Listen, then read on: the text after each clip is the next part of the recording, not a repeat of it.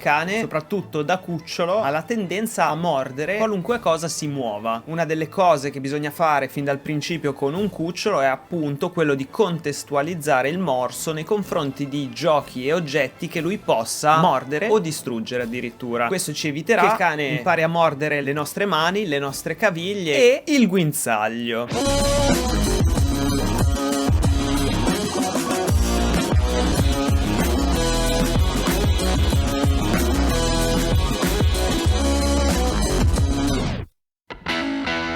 Parliamo subito degli errori che ci portano poi a sviluppare un problema che non riusciamo a risolvere. In linea generale cerchiamo sempre di evitare il conflitto o che il cane interpreti la nostra interazione come un gioco o qualcosa di gratificante. Quindi per prima cosa, quando il cane ci morde non dobbiamo guardarlo, non dobbiamo dirgli di no, non dobbiamo sgridarlo, non dobbiamo strappare di bocca quello che ha preso, siano le nostre mani, le nostre caviglie, il nostro guinzaglio, bensì dobbiamo riuscire a neutralizzare passivamente questa sua azione, muovendoci con molta calma, rendendo così l'oggetto o l'arto poco interessante, perché ricordatevi che il cane continua a mordere se l'oggetto si muove, ossia se la preda è ancora in vita. Nel momento in cui la preda smette di dimenarsi, il cane inizia a mollarla perché non la trova più interessante. Noi dobbiamo diventare una preda morta. Le nostre gambe, le nostre braccia, le nostre mani, il guinzaglio dovranno smettere di generare una forza opposta che poi il cane interpreta appunto come tira e molla, insomma gli vado a stimolare la combattività. Noi invece dobbiamo neutralizzarla.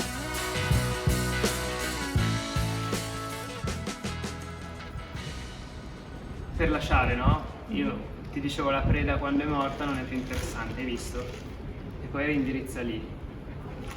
Bravo. Molto detto, brava, e non hai sentito. Un'altra causa, ma su questa noi non ci possiamo fare nulla, è che magari il cucciolo è stato separato troppo presto dalla madre e dai fratelli, ossia prima dei 60 giorni, e quindi non abbia fatto in tempo a sviluppare varie doti comunicative, tra cui l'inibizione del morso.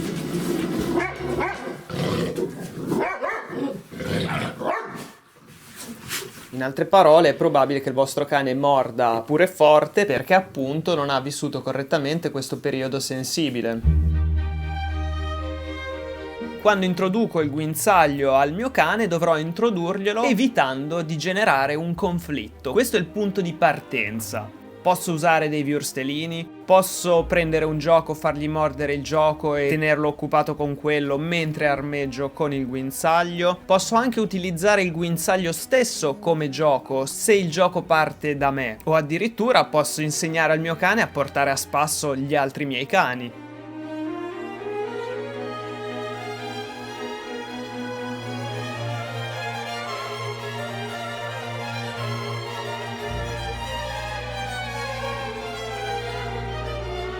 Guarda, io metto la mano e lei mi morde.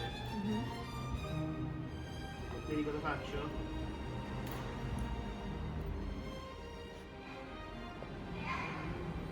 La cosa importante è distinguere quando il gioco sfocia in una ribellione. Siccome ho fatto un reel su Instagram e ho ricevuto letteralmente una shitstorm per aver utilizzato il termine rifiuto della leadership, vi spiego in cosa consiste. Il cane sente il limite del guinzaglio e non vuole che la sua libertà venga limitata da questo. Il guinzaglio è una nostra imposizione, ecco perché bisogna introdurglielo nel modo corretto, evitando il conflitto. Perché comunque il guinzaglio è una costrizione. Le costrizioni le devo far piacere al cane, altrimenti può darsi che le viva in maniera spiacevole. Ecco il rifiuto della leadership.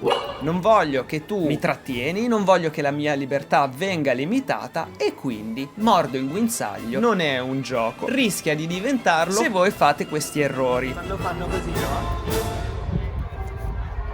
Non devi tirare e mollare come se fosse un gioco. La cosa che io faccio è questa qua. Tengo solo il guinzaglio verticale.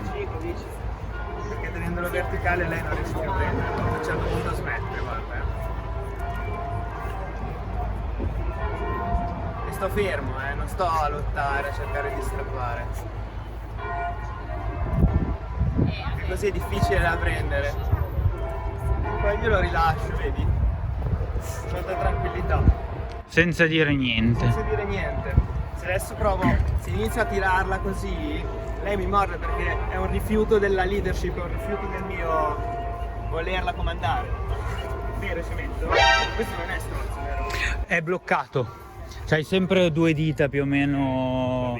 Il guinzaglio che ha questo cane non è un guinzaglio a strozzo, è un guinzaglio col blocco. Non lo sto strozzando, sto solamente cercando di neutralizzare il tira e molla in maniera tale da non rendere più interessante questa azione. Dico azione perché se dico comportamento poi si scatenano nei commenti. Il principio qui è quello della preda che dicevo prima, no? Ma per risolvere il problema bisogna assolutamente dargli un'alternativa. E qui la cosa più fraintesa di tutte: se io l'alternativa gliela tiro fuori mentre lui è scalmanato, l'alternativa si intende un gioco da mordere, rischio che il cane impari a mordermi per attirare l'attenzione, perché poi tiro fuori il gioco. In realtà io devo fare delle sessioni di gioco proprio per dire al cane: mordi questo gioco e sfogati, così il cane a lungo andare smetterà di giocare con le cose con cui non vogliamo che lui giochi. Va anche detto che mordere il guinzaglio può anche significare frustrazione. Ricordatevi che noi non possiamo dire al cane di non mordere, ma possiamo contestualizzarlo, quindi fare delle sessioni di gioco che verranno interrotte qualora lui inizi a morderci le mani o le gambe o quello che non vogliamo. Interrompendo l'interazione, il cane imparerà a non mordere perché loro vogliono che vada avanti l'interazione. Le incanalo il morso su quello, dopo un po' lei escluderà tutte le cose che non sono divertenti. Sì. Se io invece inizio tiro coso, a parte che per alcuni cani è un gioco, per altri è uno stress. Certo. Ok, quindi comunque aggiungo stress e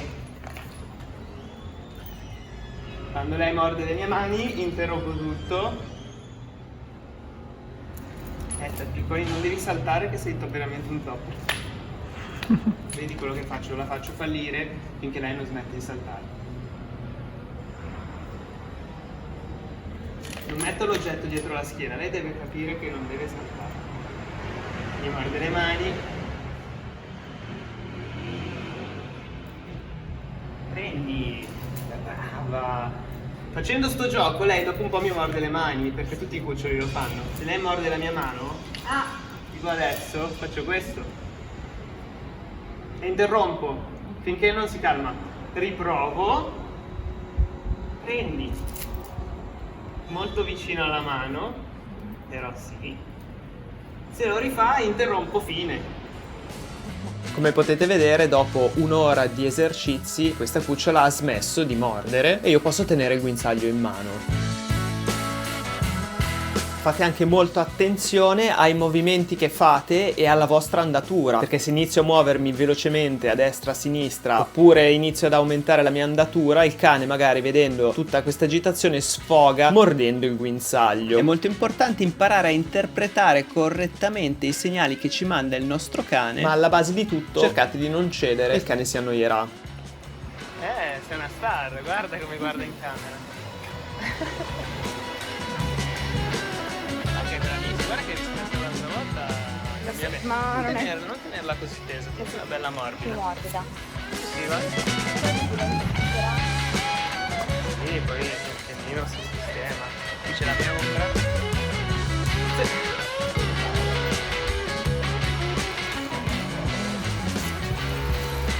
Arrivo.